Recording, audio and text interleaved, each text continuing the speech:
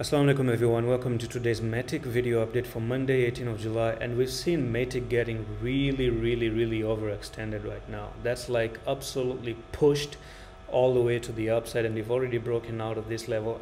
I just don't really seem to understand where exactly are we trying to really move. Is this a technical target that I actually realized later? And I'm going to tell you why. It's something that I just came to analyze on a later date. Okay, so this is what you're looking for. You broke out of this level, and it seems like a technical target was based from there to there, and Matic actually made it up here. So I'm going to tell you where the target really is.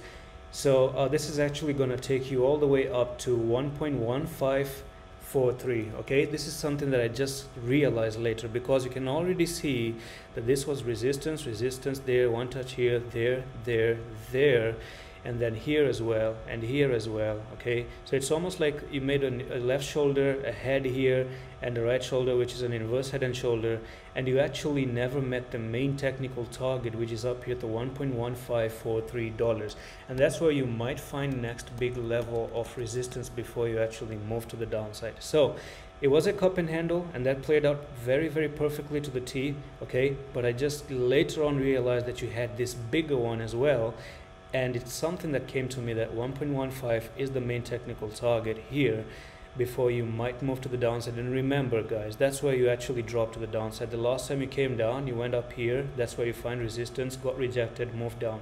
You can do the same thing, come up here, get rejected, and start to move down again, maybe to 0.5225. so be careful. And that's it for today's update on Matic. I'm going to see you in the next one. Allah Hafiz.